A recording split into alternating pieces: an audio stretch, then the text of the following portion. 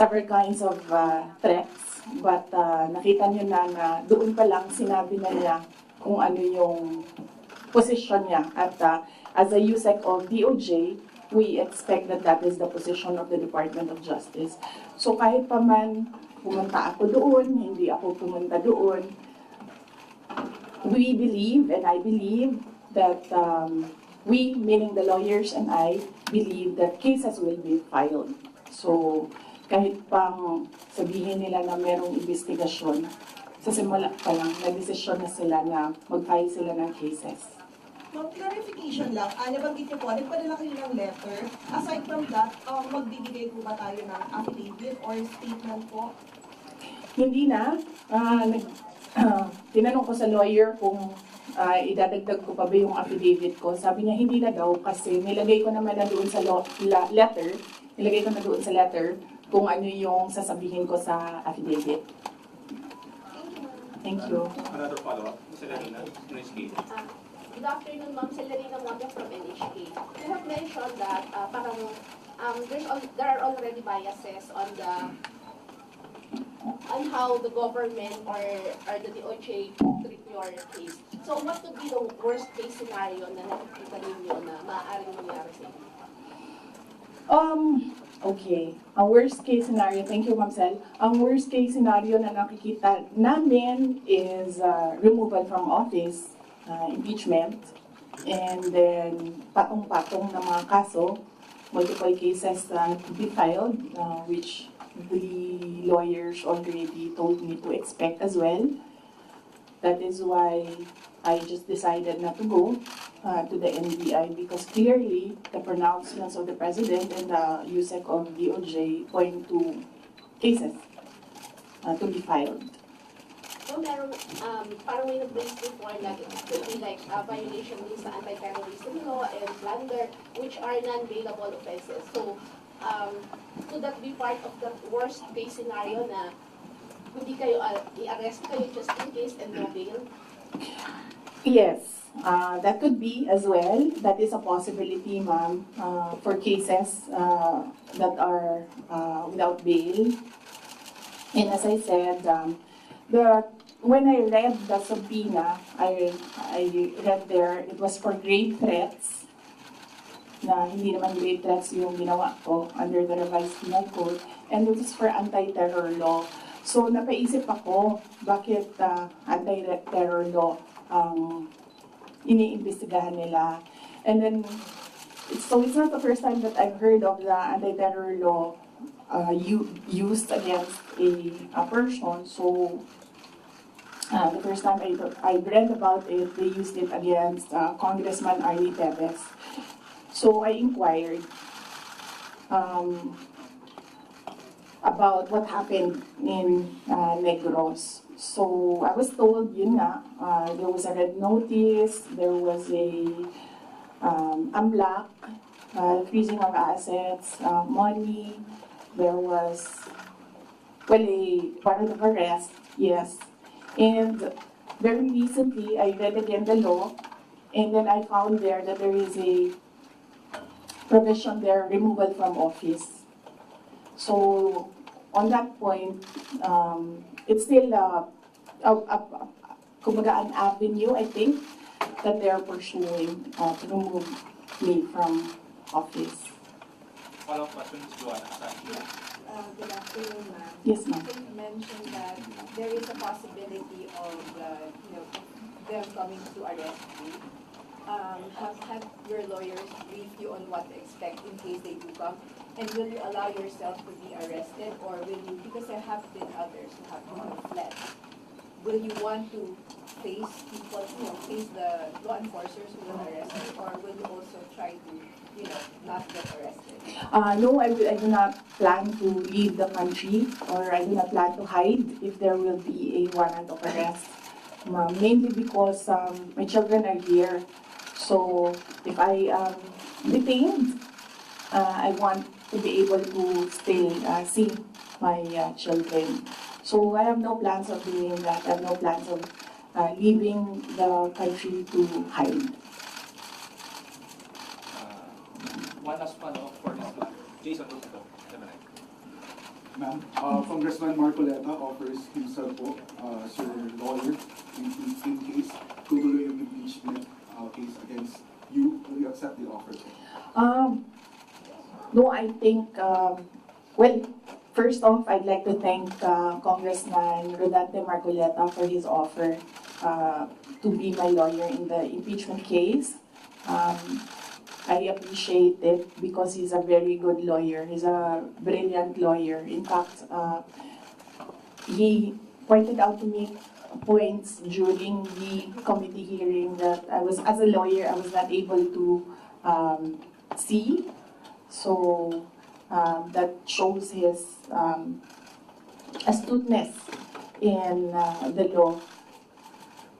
But I feel that he will better serve the country if he remains as a member of the House of Representatives. That is what is important right now. We need good public servants, good leaders, good officials in government. And I assure everyone that we already have lawyers helping us. In fact, the moment that Franz Castro announced last year that they are planning to file an impeachment, we already talked to lawyers who will handle the impeachment case at the time. But now, cases pala, 3. So we just need more lawyers. And we already discussed this with the first team that we hired as lawyers. Another follow-up. Please proceed.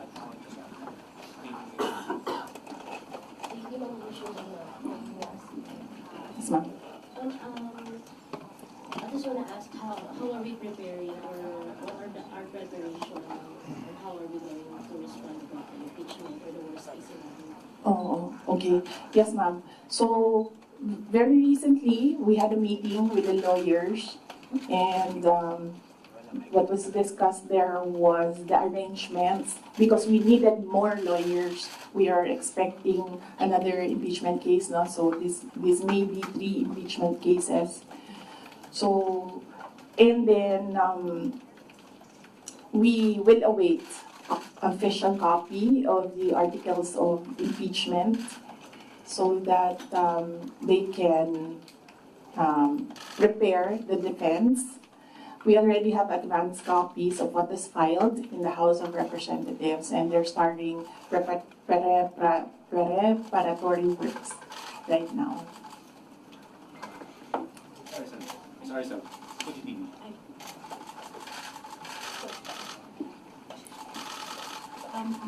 Most of your allies, former allies, have changed positions or changed their sides. How do you feel right now? And if, for example, the impeachment comes through, are you confident with the numbers both in Congress and the Senate? No, we're not confident with numbers, ma'am. Because impeachment is a legal process and a political activity. So we are confident with the legal aspect of the impeachment because all the lawyers that I asked to review the initial draft of the impeachment complaint really said that this is not, well, they would say it's not an impeachable offense, and this is not an actionable offense, things like that, lawyer talk. But with regard to politics, that is a different matter altogether. So we do not know what will happen. But how do you feel that they're changing sides at this very moment? Well, that's politics. They always say that there are no permanent friends and enemies in politics. So it really depends on the person, on the politician, what path he will choose. MC Rest. Hi, ma'am. Related to the worst case scenario, Yes. the House and Government Committee said that they are eyeing the possibility of filing plunder, technical malversation, and falsification charges, among others, against you and several other officials of the OVP and formerly with the DepEd in relation to the alleged misuse of the confidential funds. Have you discussed this already with your legal team, with any of the lawyers, and what can you say that it's a very heavy case, plunder? Yes. Yes, oo. We have an inventory of possible cases to be filed because right now it's only the 2 impeachment cases that are filed with the House of Representatives. All the other cases, we have a list, we have an inventory, and we have lawyers assigned for each case. Usually cases that are similar, we assign it to one lawyer. And then other cases, we assigned it to other lawyers so that we ensure that all the cases have lawyers focused on each case. Another follow-up. Dennis Amito, Bomboran. Dennis Amito po, from Bomboran, Philippines. Ma'am, na-consult niyo na ba yung family niyo about this? Dahil kanina nabanggit niyo kung sa mga lawyers about sa family. Si PRRD, nakausap na po ba ninyo? And ano yung payo po sa inyo? Hindi pa kami nag-kausap ni dating Pangulong Rodrigo Duterte. I expect na magkikita kami as usual sa December 24 sa bahay ng mother ko. Likely, baka doon namin mapag-usapan yan kung man mapag-usapan namin dahil madalas kasi kapag nagkasama-sama yung pamilya, lalo na pag nandyan yung mga apo, ay yung mga apo yung pinag-uusapan ng pamilya.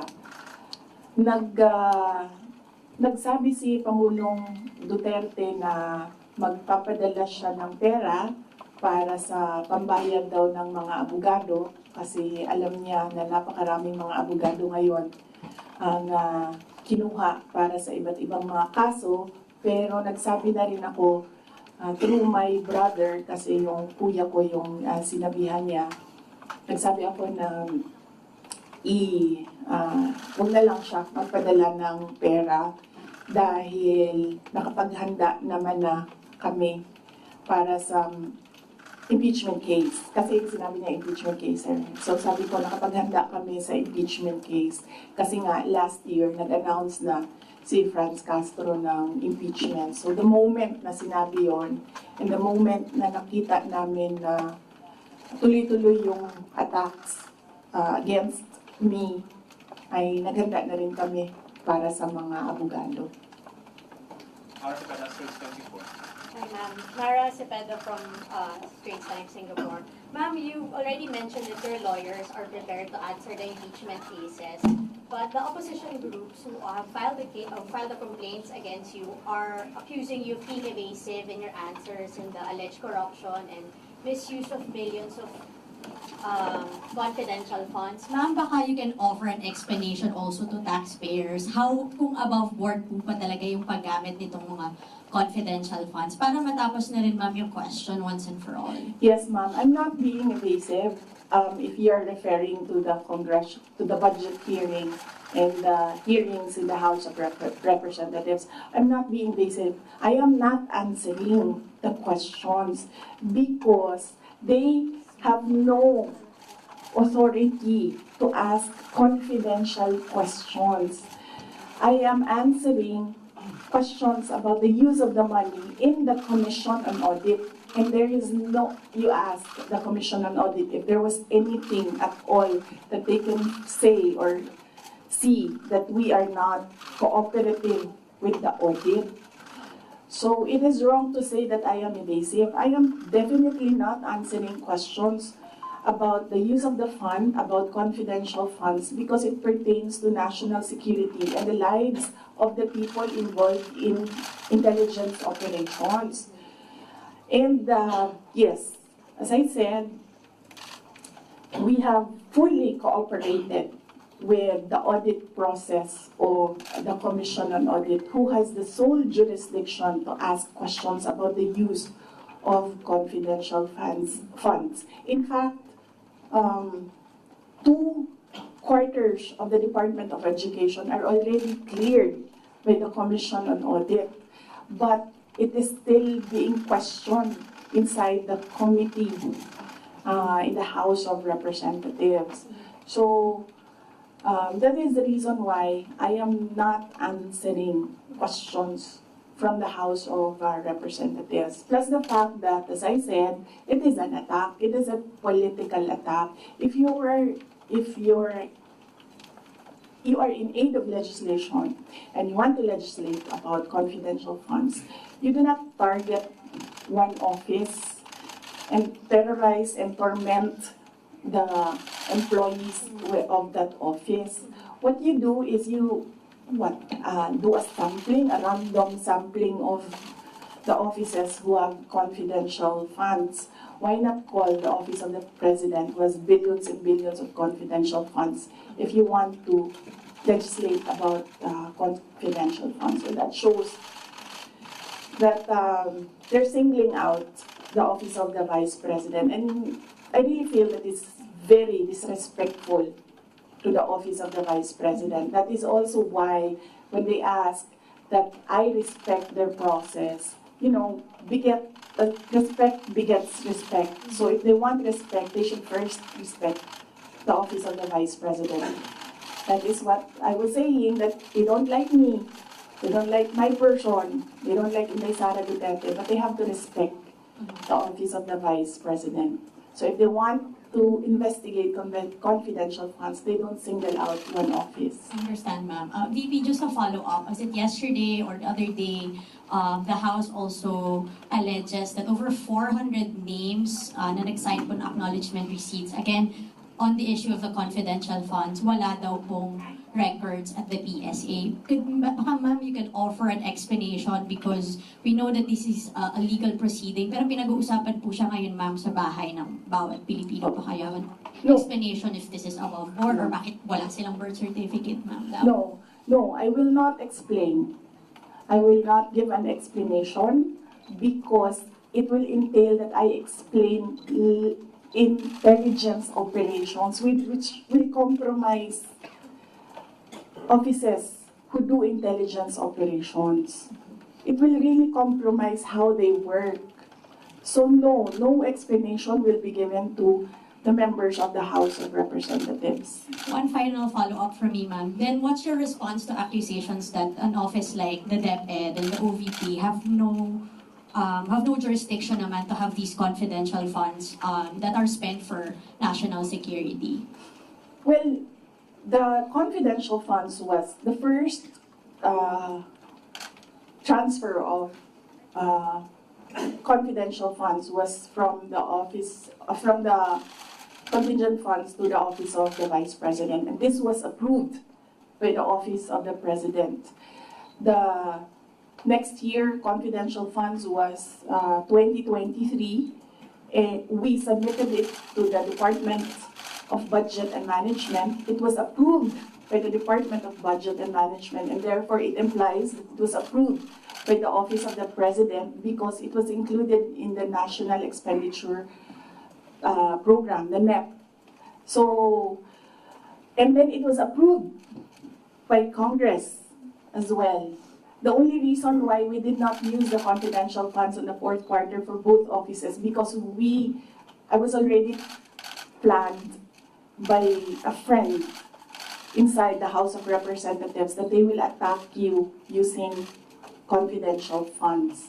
So yes, it was duly approved by the Office of the President and both houses of Congress as well as because it was included in the General Appropriations Act. So it was not, we presented it, we defended it, they approved it, we used it, and then the question on utilization is under the Commission on Audit. That is how the system works. They cannot use or they cannot twist the system according to their personal interests. Really, all these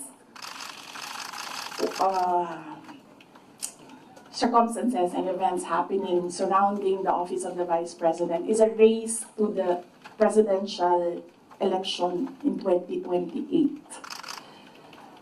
Unfortunately, they are attacking the office as well. So, dyan ako medyo, and the personnel of the office of the Vice President. So, dyan ako medyo pumapalag. Wala namang problema kung atakihin niyo ako kasi politiko naman talaga ako. Pero may problema ako pag inatake yung opisina at yung mga kasamahan ko dito sa opisina ng pangalawang Pangulo na nagtatrabaho lang. Next question, Al Jazeera. Good afternoon, Madam Vice President. I'm just going to pick up on Mara's line of questioning. You said, and I understand your explanation about these confidential funds have been approved by several layers in the government. But maybe just to go back to the basics, if you can explain to ordinary Filipinos why the Office of the Vice President needs confidential and intelligence funds. Okay, yes. For the Office of the Vice President, it's not the first time that the office was granted confidential funds. During the time of Vice President Binay, the office was already given confidential funds. The confidential funds we use in relation to our work and national security. All the projects and the programs of the Office of the Vice President target poverty alleviation. There is a direct correlation between poverty and national security. So what we do is we want to target the areas where we put our projects so that we achieve peace and order, security. So we don't want to our projects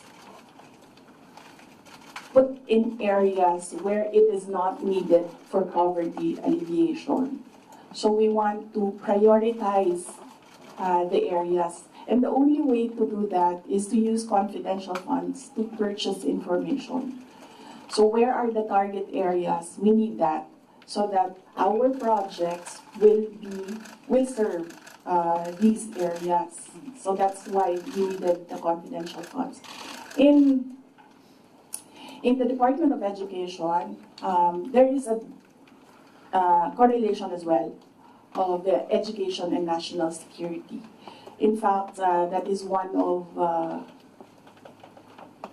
there is a correlation as well of education and national security. There are so many threats to education, not just insurgency, and threats to Department of Education personnel and students as well. And we wanted to target projects of the Department of Education as well in the most vulnerable areas and schools. That is why we needed confidential funds. It's all about national security.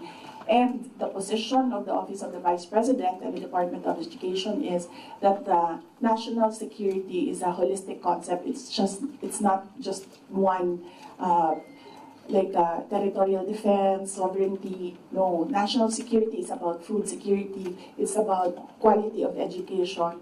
It's about poverty alleviation and everything else that we need to do as a country to get us out of this poverty rut. Right. But you are in the NTF-LCAP, so couldn't have your offices work with the NTF-LCAP as well as other government agencies that actually have national security mandates? In the NTF-LCAP, they are only about, ano yung meaning ng LCAP? And local armed conflict. And local community and conflict. And local, there, LCAP. So that is very specific to that local conflict and communism. So as I said, the projects and the programs of OVP target poverty alleviation, and there's so many factors affecting poverty. And there are so many threats to education, not just insurgency. But there are also other government agencies with national security mandates that you can work with, your offices can work with. Yes, that is true, but we work far faster if we are allowed to purchase information and target our projects immediately on a certain school or certain barangay or certain municipality. We move faster if we can target our projects. Okay. Going back to the confidential funds, that was also about confidential funds, but the names that are being verified by the Philippine Statistics Authority, I know you said that you can't explain because they're confidential in nature, but maybe just a yes or no, because other names have cropped up. Aside from Mary Grace Piatos, we have Chippy McDonald, Fernando Tempura, Carlos Owishi, Raymunda Nova. These were mentioned in a column at the in the Philippine Star, and Joel Chua, Congressman Joel Chua was quoted. Are yes or no, are these code names? Nakalimutan ko yung sagot ko. Sandali.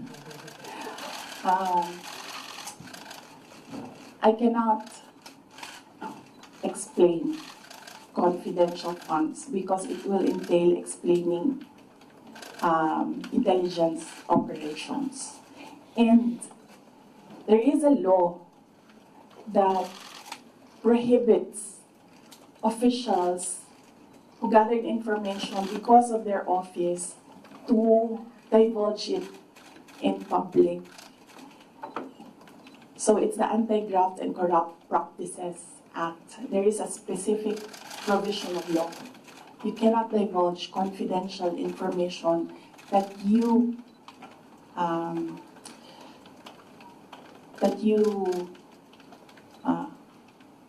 received while in office. So you won't even say these are No, that's just because code names? that will add to cases that may be filed against me. One last, sorry. Yes. Why the choice of a letter submitted to the NBI instead of an affidavit? Wait, hold on. I can give you a very short answer with regard to ARs. I had nothing to do with the preparation of ARs. It went down to the grassroots level. So I had nothing to do with preparations of ARs. I was up here in the structure and money went down for information. So you have no knowledge why all these names were used in the acknowledgement receipts? In the first place, we do not even know if these are ARs which came from DepEd or OVP to COA, because there's a chain of evidence supposedly. In law, there's a chain of evidence, handling of evidence. So right now, nobody can really answer that because nobody knows if these ARs are true. Because we don't know if it came from us. That's what they're saying. That's what they're alleging. Yes, the that's what they're ARs saying. came from the OVP, submitted to COA. Yes, but there is a legal process in the custody of evidence. So right now, we really cannot say if the ARs came from us because the ARs that are with us has not been checked with the ARs that are with them. You're denying that the ARs came No, from I'm just saying that we do not even know if the ARs with us are the ARs that are with them, because the ARs from the field, going to the office, going to COA, that's not how you do legal work. It's not how you do legal work. There's a very stringent process in evidence. That is why even if there is no law prohibiting a person from divulging confidential information, person cannot answer that because we do not know if that paper that they're holding was a paper that came from the OVP in DepEd. Because there was no marking of exhibits. That was what I was telling Congressman Chua. You cannot ask the OVP personnel to say yes or no to exhibit that was not marked as real and true, as correct, and as a faithful reproduction of the evidence of the office. So would your offices then be willing to certify? No, because there is no question about that. From the Commission on Audit, it's only a congressman saying that this paper and asking, what is this paper about? There is no case. And that is to ask that about the paper is the sole jurisdiction of the Commission on Audit. So then if the Commission on Audit asks, That is what I was saying. We have been fully cooperative with the Commission on Audit. Everything that they asked for, we submitted. That is why there was a partial disallowance only. And even then, we are not yet finished with the process because we can still submit documents that are required by the Commission on Audit. That is the problem right now, as I said. They are doing work that they are not that is not under the mandate of the House of Representatives. They cannot audit. They cannot question at all. They cannot make me answer and say that we represent the taxpayers and we have to answer. No, I will only answer to the Commission on Audit because that is the body who can ask us questions about the fund use. Next question, Kat Domingo, ABS-CBN. Good afternoon, ma'am. Ma'am, on the issue of your budget not being reinstated or restored, your reaction first on the decision of the bicameral conference committee? Well, we do not expect anything about the budget of the Office of the Vice President anymore.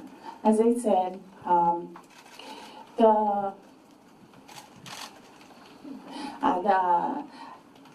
before I was saying that I am not the problem. I've been saying that I am not the problem. The problem of the Philippines is kahirapan, kagutuman, corruption, and all the other peace and order issues.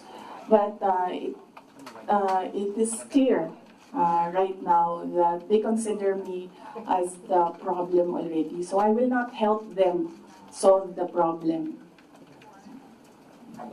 Ma'am, a follow-up question. It's nearly January already. Your office will be filing a new budget request for 2026. How much do you intend to ask from Congress for 2026? We've not discussed that. We need to wait for the budget call because the budget call outlines the rules of your proposal for budget for your office. So we need to read the budget call before we can sit down and discuss a budget proposal for the Office of the Vice President. Ma'am, but top of mind, are you still considering to hike the 733 million or will you be happy operating on the same expenses in 2026? I cannot answer that because there are rules. They usually put conditions in the budget call and we really need to read the budget call to draft a proposed budget. Last two questions. One, Robert. Ma'am, just to follow up on the budget, in the previous interviews, you said that you cannot give a definite answer on what will happen with regards to your satellite offices, given that the budget was not final at that time.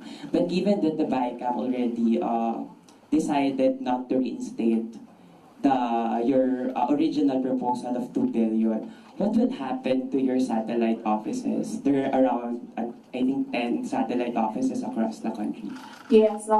We have to see if we can continue with the projects that they are implementing. We need to see if the projects are still there, and then if they can still implement the projects. So that is something that we have to discuss with the execom of the Office of the Vice President. Ma'am, nandun po ba yung possibility of shutdown? And then ano po yung, nasabihan na po ba yung mga affected personnel just in case na magsha-shutdown nga po mga satellite offices? galing sa central office ng Office of the Vice President, wala kaming sinabi sa kanila. Pero since nababasa naman nila sa media yung nangyayari sa budget, I am sure that they are preparing themselves as well. Christian, man. Ma'am, good afternoon, Christian. DCWB. Ma'am, it was mentioned before na po-pull out yung security nyo at papalitan. Meron na po bang update dito? Tsaka sumulat po ba kayo sa AFP regarding this? Yes, wala pang update doon sa pull-out and replacement. Nag-aantay kami sa Armed Forces of the Philippines kung kailan nila gagawin yon. Yes, nagpadala ako ng letter sa Chief of Staff ng Armed Forces of the Philippines. Meron lang ako mga nilatag doon na mga requests. Pinakauna doon is hindi na kami tatanggap, hindi na ako tatanggap ng replacements. So kung magtanggal sila, hindi na nila i-replace. Iwan na lang nila kung ano yung maiwan. And kung wala mang maiwan dahil tatanggalin nila lahat, I already said that I will seek security arrangements outside of the Armed Forces of the Philippines already. Mag-outsource lang kayo. I mean, kasi normally naman, di ba, pag Vice President, may naka-designate dyan from the AFP, from the PNP. So, dahil nga, yun nga, may pull out. And so, ang plano nyo para mag-outsource lang kayo. Yes, we are exploring private security services. Yes. Won't you be accused of, creating My a husband. private army? Huh? Won't that be construed as a private army? No, because there are professional security services. So that's not considered as a private army. And I do not know if these individuals are allowed to bring guns. So that makes them less of an army, ma'am, kung wala silang, pero hindi ko alam yung sa professional security services. But that is one option that we are preparing for in case there is a pull out of the entire security detail from the Armed Forces of the Philippines. Also, we need yung budget for your security. Initially, I asked my husband, and then he said that he'll make arrangements. Out of pocket, ma'am. How much are you estimating for that? Well, Given wala your pa kaming we have not requested for proposals yet from service providers. We have not requested a proposal yet. So, but Filipino security agency that you're looking I think only Filipino organizations or agencies are allowed that kind of service within the Philippines. I think, Mama, I do not know. But I know that they are Filipinos, yes. Do you also do you feel secure about No, I your don't. children? No, ma'am. No. But no, I do not feel secure. As I said, that there's always been bias because when you see, say for example, DOJ, iniimbestigahan nila yung press con. Pero hindi nila iniimbestigahan kung bakit kami umabot doon sa press con na yon. Iniimbestigahan nila ang threat ko, no? Pero they've not ever investigated threats against me, which are all documented, but we do not give them the information because we don't trust them at all. Last two questions, Red, then you. Ma'am, kasi sabi po nila mga congressman po, ma'am, kasi parang contrived lang daw yung threat ninyo. Parang it's just an imaginary threat. Like for example, si Asidre nagsabi na imaginary daw yung threat ninyo, unlike doon sa sinasabi na threat daw yung inyong select to the first family and speaker ng one. So what's your take on this po? Kasi parang dinidismiss po ng mga congressman na kayo po ay binibigyan nagkaroon ng threat sa inyong buhay. Parang sinasabi nila, hindi naman parang imaginary lang yung threat ni Vice President as opposed to sa sinabi niya doon sa press conference. What's your take on this po? Yes, we have documents, sir. We have screen caps, we have photos, we have police blotters, we have everything on file. But I never talked about it before because I felt na it was part of my job as Vice President. You get that? Diba? So, and it does not affect my work. So all the more that it was inconsequential for me at the time. But right now, seeing that they are picking out words that I said and making a case out of it and saying that these are threats. So I think they should start with, where is this coming from? That is the question that they should ask themselves. But I don't think they'll ever ask that of themselves. So we'll just move on to the cases and the impeachment and whatever will come in the new year. VP, you mentioned that you regret saying or making such threat to the President and the First Lady and the Speaker. No, ma'am. Buti na yung alam nila, ma'am, na pag namatay ako, hindi talaga ako, I will not die in vain. VP, you mentioned the 2028 presidential elections, that all of the attacks of the Marcos government till now is all connected to 2028. But the last time, the sitting vice president, a very popular sitting vice president, was investigated for corruption allegations and refused to respond in the public forum. Natalo po siya sa elections, and I'm referring to former Vice President Judge Marbinay. Ma'am, are you concerned that your enemies would be able to turn public opinion against you and it will hurt any potential plans of you running for president? You're leading surveys as early as now. I've not seen the recent surveys, but yes, that is what they are trying to do, turn public opinion, and that is the strategy.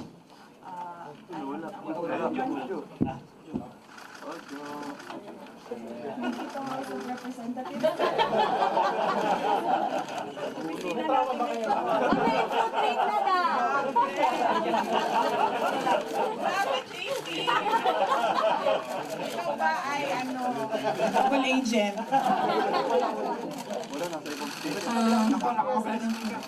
Yes. But I am not.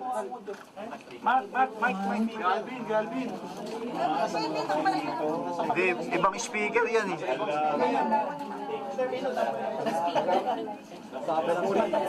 Ma'am, nakarang ka. Bakit daw? Baka may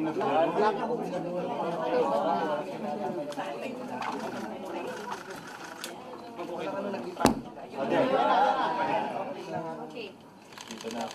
Wala pa rin. Madam Chair? Lipat na, Mike. Para matapos na yan. Lipat na naman. Provider ba yan? Ayan na. Yes. But yes. So, yes, that is what they are trying to do, turn public opinion. That is a common strategy in politics. Black propaganda and everything. Will it hurt my chances? I'm not yet a candidate. So, right now, I am just the Vice President of the Republic of the Philippines and working for the country. So I am not yet a candidate, so I do not know if this will affect me. Maybe my decision in 2026 will consider what is happening right now, but I cannot really say with finality what will be the considerations for me to decide to run for president. As I said, just give me the last quarter of 2026. I think that is the best time for any presidential candidate to decide to run. Ma'am, pero you think po, ma'am, kasi ito, lumalabas yung keyword na yun, binibinay. Para kayong ginagawang binay yung attached former Vice President Judge Marbinay. Do you think po, ma'am, binibinay kayo ngayon kasi malakas kayo ngayon this survey and possibly tinutukod nila kayo para mawala yung political clout ninyo sa 2028? Yes, oo. yan naman ang sinasabi ko eh. It's all, these are all political attacks. From the attack from the left on the confidential funds, the meeting with the Speaker of the House of Representatives, and the attack on the budget, and the other attacks that you see in social media. So these are all directed to remove me from the race, yes, and then of course remove me from office. Ay, that needs a sit down. Ay, naku. Thank you, Wikimedia. Talaga. Thank you. Sasabihin ko sa'yo, you know, paano ko nalaman na gusto ni, na plano or gusto ni Martin Romualdez na mag-president? Ay, naku. Thank you, Wikimedia. Talaga. Sasabihin ko sa'yo. And it is personal knowledge. Kasi narinig ko talaga. I was there. When he said, paano ba? Ano yung fact? So, kaya alam ko sa simula pa lang, narinig ko yun, okay. Wala lang din sa akin yun. Kasi lahat naman pwedeng tumakbong presidente. Diba? Ang hindi ko lang in-expect, yung gagamitin mo yung buong gobyerno para sirain yung isang tao. Ano may papalit sa'yo? Pamparin. Yan din. Kailangan magdesisyon ng taong bayan. Gusto niyo ba ng Vice President Martin Romualdez? Yan ang tanong. Kasi, yan naman kasi talaga yung plano niya. So, kailangan mag-decide ng taong bayan if you want somebody sitting there na hindi ninyo binoto. Thank you. Ma'am, are you determined to stay as Vice President? No, I'm at peace. I'm at peace with whatever happens to me. I've already accepted that whatever happens to me, that will be God's purpose for my life. So I am at peace staying and finishing my term because that is my contract with the Filipino people, and I am at peace going if I will be removed from office. Okay, thank you. Taken out of context, nung sabihin nyo yung regarding sa kay President and First Lady and the Speaker. Hindi ma'am, ang tinake out nila of context is tinanggal nila yung kung yon at iniwan lang nila yung gusto nilang gamitin. Yun yung sinasabi ko na taken out of context. Dapat when you appreciate the message, you should take all the words together and not just take out the things that you want to use against the person. Mabalik ako lang mag-brief lang. Yes, sir. Yung security ba? Kapag nag-hire ka ng mga private individuals, first time na mangyayari. Yes. Ganitong klaseng setup. Ba't ka umabot sa ganito at saka kung matuloy yun, that would give an impression mas pagkakatiwala ng sa mga private individuals kesa dun sa mga people in the armed services. Yes, sir. Kasi sila din naman yung gumawa nun, sir. Ang sinasabi ko lang naman sa kanila is, kasi sinasabi nila palitan, sir. Mahirap kasi, security is fundamental.